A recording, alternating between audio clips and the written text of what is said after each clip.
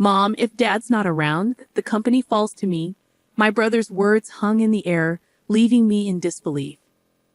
Our mother, Patricia, responded matter-of-factly, "Well, obviously, Daniel. Plus, if you do the math, there's a sizable inheritance in Plan B with Dad's life insurance. We could live large for a while.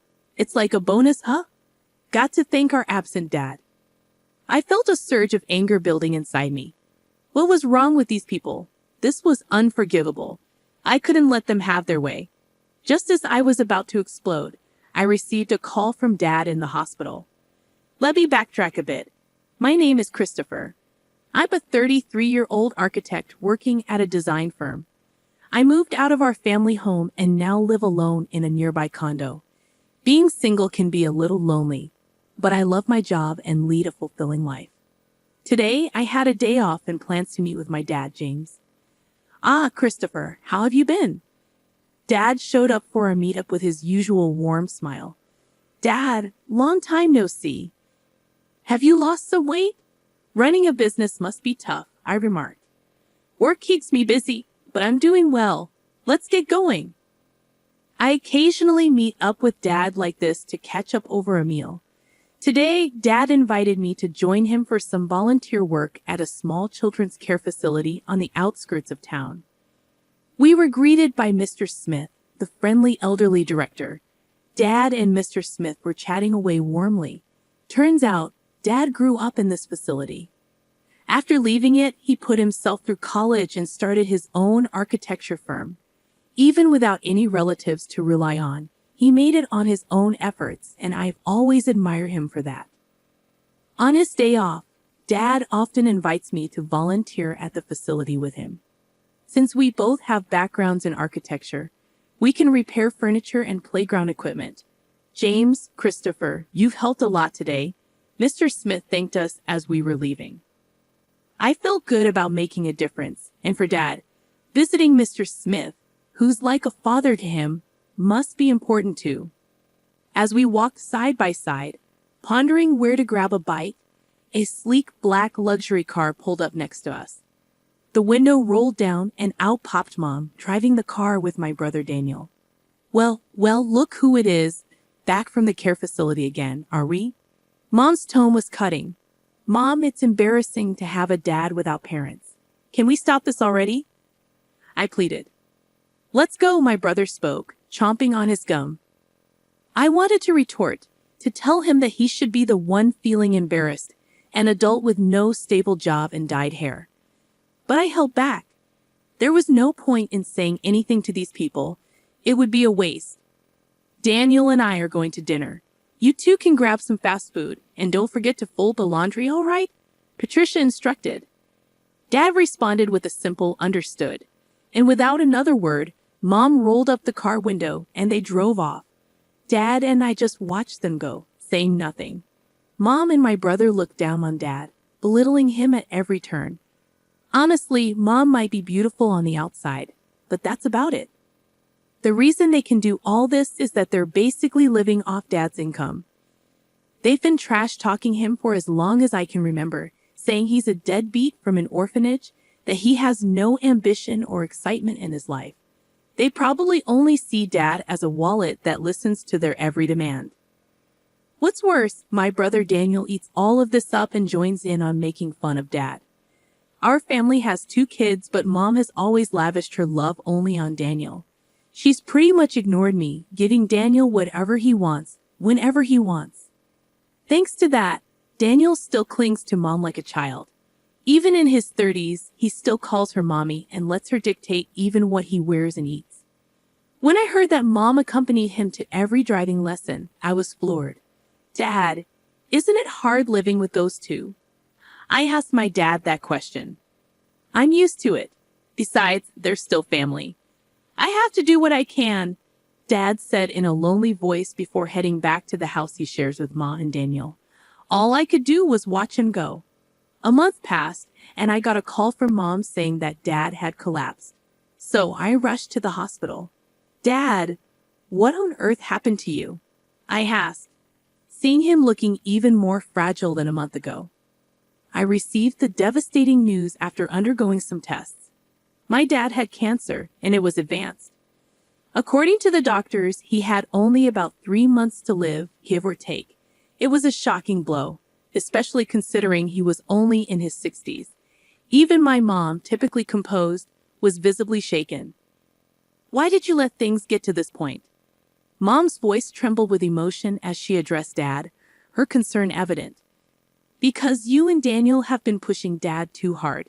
You know he's been stressed out, I interjected, unable to hold back my frustration. How dare you speak to your parents like that?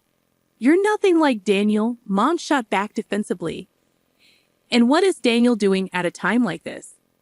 Off gambling again? I couldn't help but accuse. While Mom and I were arguing, Dad spoke up quietly, trying to diffuse the tension. Both of you stop. I'm fine. Go home for today, he insisted, his voice barely audible. Feeling remorseful, I left the hospital room, but between my worries for Dad's health and the shock of his prognosis, sleep eluded me that night. Determined to support Dad, I took on the responsibility of bringing him a change of clothes and doing his shopping, as he requested. But neither Mom nor my brother lifted a finger to help. Despite their indifference, I wanted to make Dad's time as comfortable as possible. During breaks from work, I would pop into his hospital room and take care of him. This routine continued for 2 months until one day when I went back to my parents' house to gather some of Dad's belongings. As I entered the living room, I overheard Mom and my brother conversing. Mommy, once Dad is gone, the business is all mine, right? Daniel's words stunned me, prompting me to listen more closely. That's not a given, Daniel. But if you do the math, there should be around $2 million in inheritance. Mom replied casually. Wow, that's awesome. Maybe I should buy another car, Daniel exclaimed eagerly. Why not? You'll be the company president, so you should drive a nice car. Thanks to his life insurance, we can live a little lavishly for a while. It's like a bonus. Got to thank Dad for not being around, Mom remarked, her words sending a surge of anger coursing through me. What kind of trash are these people? I seethed silently, feeling the weight of their callousness and greed. It was unforgivable.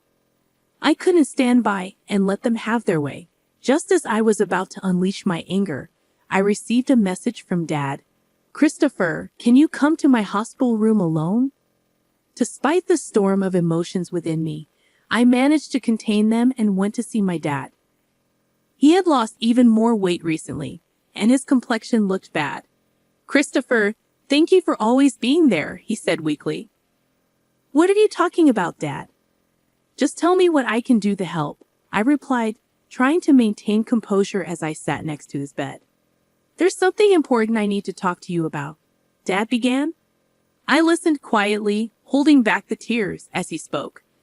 Visiting hours are almost over, so I'm going to head out. But about what we discussed, Dad, just focus on taking care of yourself for now, I interrupted, feeling the weight of the situation. Ah, thank you, Christopher. See you later, Dad said softly. In the end, that was the last conversation I had with my dad. He took a turn for the worse shortly after and passed away the next day. I held his emaciated hand in the hospital room and cried. My mom and brother also put on a show of tears, but this time things got tough. Mom was technically in charge of the funeral, but of course, she didn't lift a finger. Instead, she showed up at the funeral all dolled up in makeup and tried to cut corners on the costs. He doesn't even have any relatives. Why not keep it simple? She remarked callously. Dad's co-workers and business associates are coming to the funeral. Don't embarrass us with that kind of talk, I retorted, feeling a surge of frustration. Today, while getting his necktie tied by Mom, Daniel chimed in, just do what Mom says. Don't waste money on a dad like that, Christopher. Daniel, just be quiet. If it's about money, I'll handle it. At least let me give Dad a proper send-off, I insisted, feeling a sense of duty. So, I ended up taking charge of the entire funeral. It seemed Dad was well loved by many people. Lots of folks came to pay their respects, which made me really happy. About a week had passed since the funeral ended when Mom spoke up. Now that we're a family of 3, finally got that person out of the picture. Now the $2 million inheritance is all ours, right? Daniel and Dad's company too. Man, I'm finally going to be the boss, Daniel added eagerly. Listen up, Christopher. You better give up your inheritance, got it? Mom demanded sternly. Just after the funeral had ended, they were already talking about this stuff, annoying me to no end. I replied calmly. Dad had already arranged all the inheritance matters with the lawyer. I have the contact details. My brother, surprised, exclaimed, What? Why didn't you say that sooner? Call the lawyer right now. That's right, Christopher. Hurry up, my mom urged. So I dialed the number on the business card that Dad had given me. Not long after the lawyer arrived, a woman in her mid-30s named Attorney Williams. I'm Attorney Williams. I've been authorized by James to handle matters concerning the inheritance. I'm very sorry for your loss, she said, shaking our hands. As we greeted the lawyer, my brother Grandin remarked, Wow, I thought lawyers were all old dudes. You're quite the looker. Got a boyfriend? Oh, Daniel, do you like her? Mommy prefers someone younger. Knock it off, both of you. I scolded, feeling irritated. Thank you for coming all this way. Please come in. Mom intervened, trying to maintain decorum. We ushered Miss Williams into the room and listened to what she had to say. Let me explain. First of all, concerning the company, James had told me before he passed that it would be transferred to an acquaintance's company. I've been proceeding with the paperwork. What? What does that mean? I was supposed to become the CEO. I've heard nothing of the sort. My brother exclaimed, his voice rising in frustration. For the sake of the employees, the company will be merging with a trusted and skilled company that your father was fond of. The other company has already agreed, so there's nothing that can be done. Attorney Williams explained calmly. Darn outsider. Darn it. My mom hurriedly chimed in, trying to soothe the situation. Calm down, Daniel.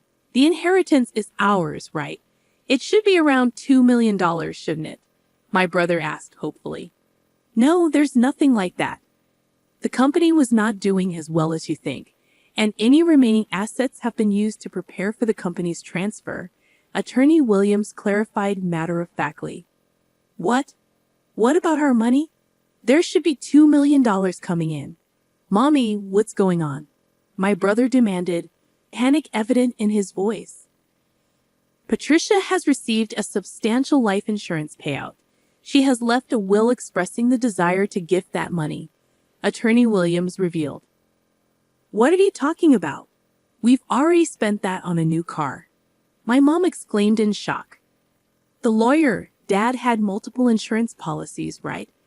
What about those other payouts regarding life insurance? I inquired. James had canceled all policies before he passed. All I know is that the money was used up, Attorney Williams answered honestly. What?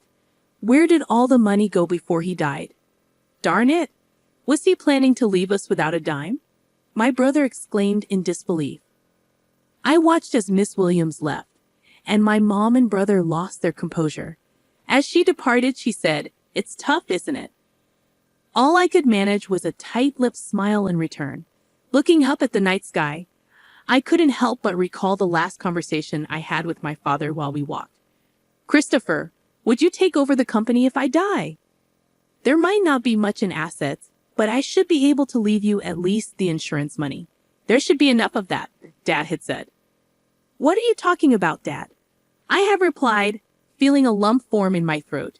You were the only one in the family who was kind to me. I wanted to leave something for you at least. Dad, I respect you for building the company from scratch with your own hard work. I want to make it on my own too. I don't need the company or the insurance money, but if there's any inheritance left, I want you to use it as you wish. I'll help in any way I can. Christopher, thank you. Thank you. Dad had responded, his voice filled with gratitude. Walking along, lost in my thoughts, I realized I had arrived at the facility. Despite it being night, Mr. Smith was in the yard. When he saw me, he ran over in tears. Christopher, James passed away so suddenly. He told me not to come to the funeral, but actually, Mr. Smith, my dad was grateful for both you and the facility. I just found out too, a little while ago. James made a large donation to the facility, a really large one. Now we can buy the things the kids need. We might even be able to renovate. Thank you, I explained, my own voice trembling with emotion. But I wish James could have lived. I wish he could have been happy, Mr. Smith murmured, wiping away his tears. While comforting a tearful Mr. Smith, I found myself crying too. Looking up at the starry sky, I whispered in my heart, "Dad, you did it. You really did it." And a few months later, I had been meeting with lawyer Miss Williams periodically to navigate the complex legalities of transferring the company and settling the estate. This meeting was to be our last. After expressing my gratitude for her support, Miss Williams offered her condolences once more, comforting me in a considerate manner. As I saw off Miss Williams, I couldn't help but contemplate that I might never see her beautiful face again. She had been such a kind and gracious person. Just then, as I waved goodbye, a familiar car pulled up beside Miss Williams, and out jumped my brother wielding a metal bat. "Hey, what the heck are you doing?" I yelled, quickly tackling my brother to the ground. "Shut up! Let go of me!" he shouted, his face turning red as I held him down. "Were you trying to attack Miss Williams? What's going on?" I demanded, shocked by his actions. "Because of her, I didn't get the company or the money. It's her fault, damn it," my brother ranted. "That's ridiculous.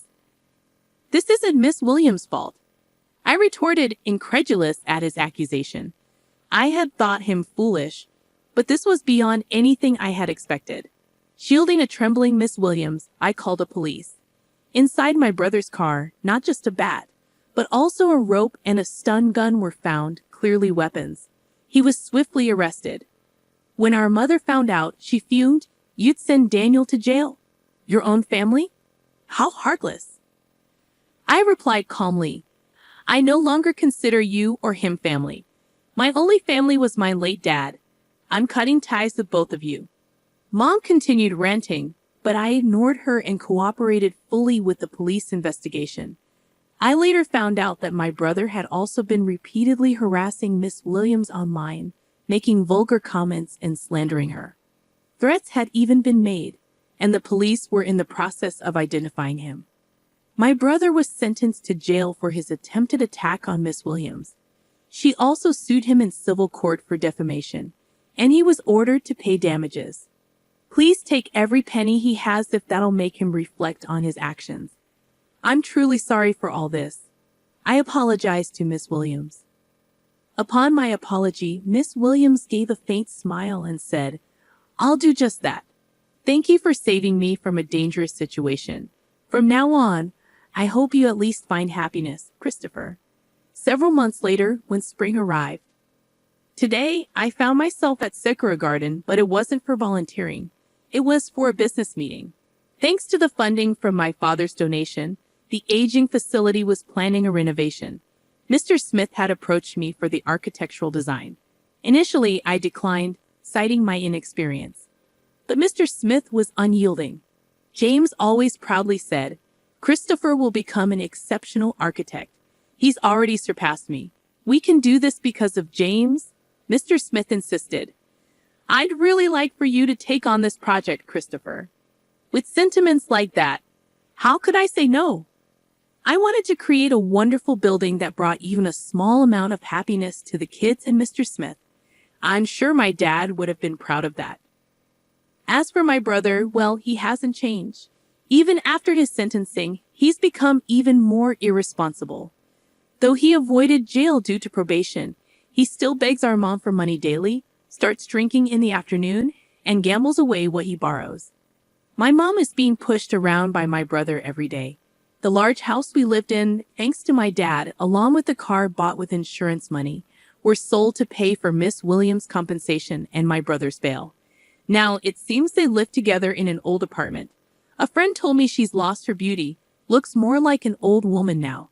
She brought this upon herself, but I hope she at least reflects on how she treated my dad poorly before he passed away and raised my brother to be such a mess. One last thing, I'm going to marry Miss Williams, the lawyer, soon. She told me in confidence that she felt attracted to me after I saved her from my brother's violent behavior. She's a bit on the serious side, but I really love her for her kindness and dependability. From here on, I aim to work hard and be like my dad, building a warm and loving home.